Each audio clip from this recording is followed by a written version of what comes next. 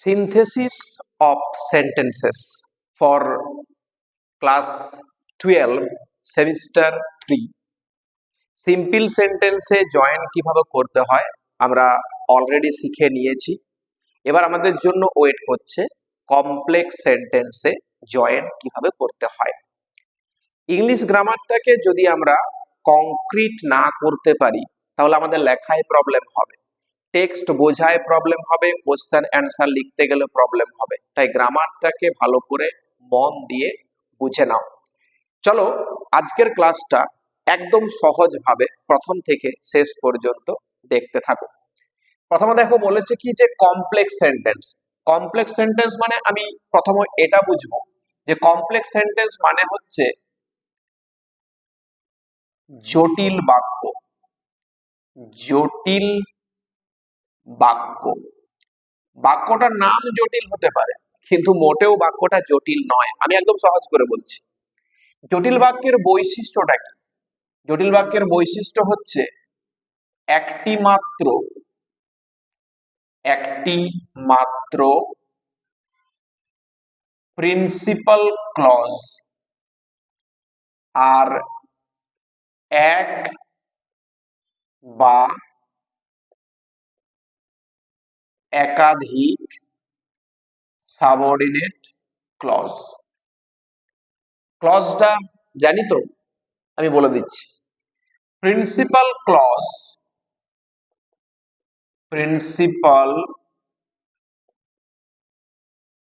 Clause এর বাংলা হচ্ছে প্রধান বাক্যাংশ। ক্লজ হচ্ছে বড় বাক্যের মধ্যে ছোট্ট একটা অংশ। এবার যে অংশটা আমার কাছে প্রধান, মানে অন্য কারো সাহায্য ছাড়া নিজে সম্পূর্ণ বাক্য হতে পারবে, তাকে আমরা বলবো প্রিন্সিপাল ক্লজ।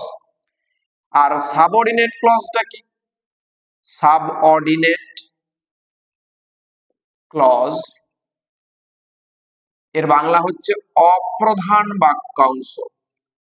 অপ্রধান বাক্যাংশ। অপ্রধান বাক্যাংশ বলতে যে অংশটা এই প্রিন্সিপাল ক্লজের সাহায্য ছাড়া নিজে বাক্য হতে পারবে না, আমরা সেটাকে বলবো অপ্রধান বাক্যাংশ। এই অপ্রধান বাক্যাংশ তিন ভাগে বিভক্ত। কি কি? একটা হচ্ছে নাউন, অর্থাৎ subordinate noun clause, subordinate adjective clause আর সাবঅর্ডিনেট অ্যাডভার্ব ক্লজ। তাহলে এই সাবঅর্ডিনেট ক্লজটা তিনটা ভাগে বিভক্ত, নাউন, অ্যাডজেক্টিভ, অ্যাডভার্ব। এই নাউন ক্লজ কি করে না বাক্যের মধ্যে নাউনের কাজ করে। কি করে? নাউন এর কাজ করে। তাহলে অ্যাডজেক্টিভ কি করে না অ্যাডজেক্টিভটা কি করে না অ্যাডজেক্টিভের কাজ করে। অ্যাডজেক্টিভ এর কাজ করে। আর অ্যাডভার্বটা অ্যাডভার্বের কাজ করে। অ্যাডভার্ব এর কাজ করে। এবার প্রশ্ন হচ্ছে আমরা বুঝবো কি করে যে এটা নাউন ক্লজ, এটা অ্যাডজেক্টিভ ক্লজ নাকি অ্যাডভার্ব ক্লজ। বোঝার নিয়মটা সহজ। যদি তুমি নাউন ক্লজ খুঁজতে চাও তাহলে প্রথমে তোমার বাক্যের সাবজেক্ট পার্ট দেখতে হবে আর বাক্যের অবজেক্ট পার্ট দেখতে হবে। সাবজেক্ট পার্ট আর অবজেক্ট পার্ট। বাক্যের নাউন বা বাক্যের নাউন ক্লজ আমি খুঁজবো এভাবেই যে মেন যে ভার্বটা থাকবে বাক্যের মধ্যে থাকা মেন ভার্ব, সেই মেন ভার্বটাকে কে দিয়ে, কি দিয়ে, কাকে দিয়ে একটা প্রশ্ন। কে দিয়ে, কি দিয়ে বা কাকে দিয়ে একটা প্রশ্ন। যে অ্যান্সারটা আসবে সেই অ্যান্সারের মধ্যে কিন্তু ভার্ব থাকতে হবে। ভার্ব থাকতে হবে তবে যে সেটা কিন্তু আমার নাউন ক্লজ হবে। ঠিক আছে, তাহলে অ্যাডজেক্টিভটা পাবো কি করে? না, অ্যাডজেক্টিভ ক্লজ খুঁজতে গেলে এটা মনে রাখতে হচ্ছে বাক্যের নাউন বা প্রোনাউন,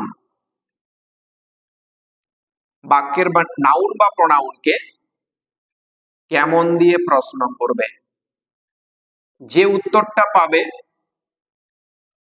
সেই উত্তরের মধ্যে কিন্তু ভার্ব থাকতে হবে, এটা কিন্তু খেয়াল রাখবে।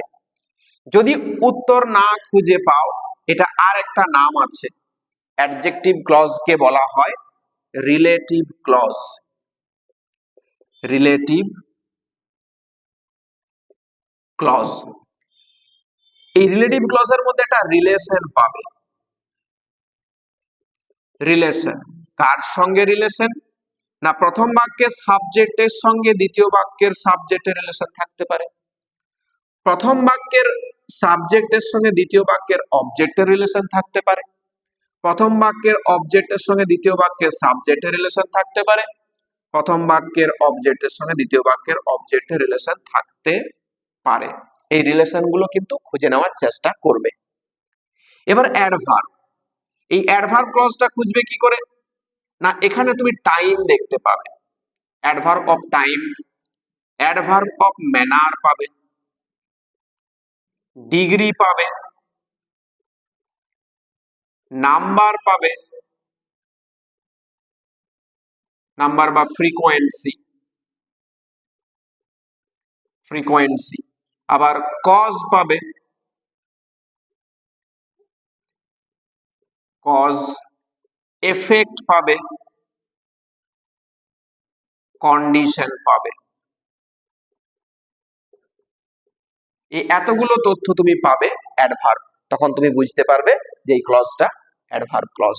তাহলে এই হচ্ছে আমাদের কমপ্লেক্স সেন্টেন্স অর্থাৎ জটিল বাক্যের বৈশিষ্ট্য। এই বৈশিষ্ট্যটা একটু ভালো করে মনে রাখার চেষ্টা করব। এবার আমরা জয়েন করব কিভাবে? জয়েন করতে গেলে যে দুটো বাক্য তোমাকে দেওয়া আছে, ধরো বাক্য বলছি যে I know, I know he will come. Suppose এই বাক্যটা দেওয়া আছে, এই বাক্যটা তোমাকে কমপ্লেক্সে জয়েন করতে হবে। কিভাবে জয়েন করবে? জয়েন করতে গেলে তিনটা ক্লজ প্রথমে মাথায় নিয়ে আসবে। তিনটা ক্লজের মধ্যে প্রথম ক্লজটা কি? আমার noun clause, subordinate noun clause. এখন দেখো, এই যে দুটি বাক্য I know, he will come, এই দুটোই কিন্তু আমার সম্পূর্ণ বাক্য, তার মানে ক্লজের দিক দিয়ে দেখতে গেলে এই দুটোই কিন্তু প্রিন্সিপাল ক্লজ। এবার আমাদের ট্রান্সফারটা করতে বলেছে কমপ্লেক্স সেন্টেন্সে, তার মানে একটা প্রিন্সিপাল থেকে যাবে আর একটা অংশকে সাবঅর্ডিনেট বানাতে হবে। সাবঅর্ডিনেট বানাতে গেলে শুধুমাত্র সাবঅর্ডিনেট নয়, সাবঅর্ডিনেটের যে তিনটা ভাগ আছে তাদের কথাগুলো আমাদেরকে ভাবতে হবে, নাউন নাকি অ্যাডজেক্টিভ নাকি অ্যাডভার্ব। যদি আমি নাউন ক্লজ দিয়ে জয়েন করতে চাই তাহলে কি করব? বাক্যের মধ্যে থাকা ওই যে মেন ভার্বটা, সেই মেন ভার্বটাকে আমি প্রশ্ন করব। তাহলে এখন আমার প্রথম বাক্য কি আছে? এটা। এই বাক্যের ভার্ব কি? নো। ব্যাস, এটা বুঝতে পেরেছি। নো মানে কি? জানি। এবার প্রশ্ন করি প্রথমে কে দিয়ে, কে জানে? উত্তর আসছে এই আইটা। কিন্তু আমি বলেছি এখানে যে ভার্ব থাকতে হবে, যা অ্যান্সার আসবে সেই অ্যান্সারের মধ্যে যেন ভার্ব থাকে। তাহলে আই এর মধ্যে নিশ্চয়ই ভার্ব নেই, আইটা প্রোনাউন একটা, তাহলে আমার উত্তরটা ঠিক মতো আসেনি। ব্যাস, চেঞ্জ করো। কি জানি, কি জানি, উত্তর দেখো আসছে সে আসবে। তাহলে এই যে কি দিয়ে প্রশ্ন করে উত্তরটা মিলল আর যে উত্তরটা বেরোলো তার মধ্যে কিন্তু ভার্ব আছে, তার মানে এটা হচ্ছে আমার ক্লজ। কোন ক্লজ? Noun clause. ঠিক আছে, এই নাউন ক্লজে জয়েন করতে গেলে তুমি দ্যাট নিয়ে আসবে। এই দ্যাটটা কি? দ্যাটটা হলো লিঙ্কার, LINKER। এই দ্যাট নামক লিঙ্কারটা তোমাকে নিয়ে আসতে হবে। ঠিক আছে, ব্যাস এবার জয়েন করে দাও। I know that he will come. সহজ লেগেছে? পারবে তো এই কমপ্লেক্স সেন্টেন্সে জয়েন করতে এই ক্লজ তিনটা ব্যবহার করে? প্র্যাকটিস করতে থাকো। দেখা হচ্ছে পরের ভিডিওতে আবার কিছু বাক্য নিয়ে সহজ সরল ভাবে কমপ্লেক্সে জয়েন করার পদ্ধতি নিয়ে। দেখা হচ্ছে পরের ভিডিওতে। Thank you.